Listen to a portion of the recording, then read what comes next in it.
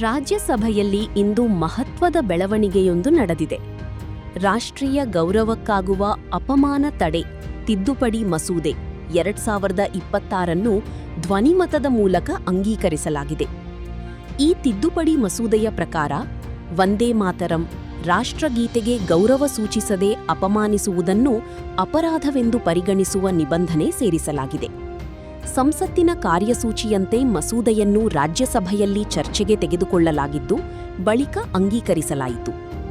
ಆದರೆ ಮಸೂದೆ ಕುರಿತು ಚರ್ಚೆ ನಡೆಯುತ್ತಿದ್ದ ವೇಳೆ ಸದನದಲ್ಲಿ ತೀವ್ರ ಗದ್ದಲವೂ ಕಂಡುಬಂತು. ನವದೆಹಲಿಯಲ್ಲಿ ನಡೆದ ನೀಟ್ ಪರೀಕ್ಷಾ ಅಕ್ರಮದ ವಿರುದ್ಧ ವಿದ್ಯಾರ್ಥಿಗಳ ಪ್ರತಿಭಟನೆಯ ಮೇಲೆ ಪೊಲೀಸರು ನಡೆಸಿದರೆನ್ನಲಾದ ಬಲಪ್ರಯೋಗ ಕುರಿತು ಗೃಹ ಸಚಿವ ಅಮಿತ್ ಶಾ ಅವರು ಸದನದಲ್ಲಿ ಉತ್ತರ ನೀಡಬೇಕೆಂದು ಪ್ರತಿಪಕ್ಷಗಳು ಆಗ್ರಹಿಸಿವೆ. ತಮ್ಮ ಬೇಡಿಕೆಗೆ ಸರ್ಕಾರ ಸ್ಪಂದಿಸಿಲ್ಲ ಎಂದು ಆರೋಪಿಸಿದ ಪ್ರತಿಪಕ್ಷ ಸದಸ್ಯರು ಸರ್ಕಾರದ ವಿರುದ್ಧ ಘೋಷಣೆಗಳನ್ನು ಕೂಗಿ ಕಲಾಪವನ್ನು ಬಹಿಷ್ಕರಿಸಿ ಸಭಾತ್ಯಾಗ ನಡೆಸಿದರು. ಪ್ರತಿಪಕ್ಷಗಳ ಅನುಪಸ್ಥಿತಿಯ ನಡುವೆಯೇ ಸರ್ಕಾರ ಮಸೂದೆಯನ್ನು ಧ್ವನಿಮತದ ಮೂಲಕ ಅಂಗೀಕರಿಸಿತು. ಈ ಮಸೂದೆ ಇದೀಗ ರಾಷ್ಟ್ರಪತಿಯ ಅಂಕಿತ ಪಡೆದ ಬಳಿಕ ಕಾನೂನಾಗಿ ಜಾರಿಗೆ ಬರಲಿದೆ. ಕರುನಾಡು ಟೈಮ್ಸ್ ಚಾನೆಲ್ನಲ್ಲಿ ಸುದ್ದಿ ಮತ್ತು ಜಾಹೀರಾತು ನೀಡಲು ಈ ನಂಬರ್ಗೆ ಕರೆ ಮಾಡಿ.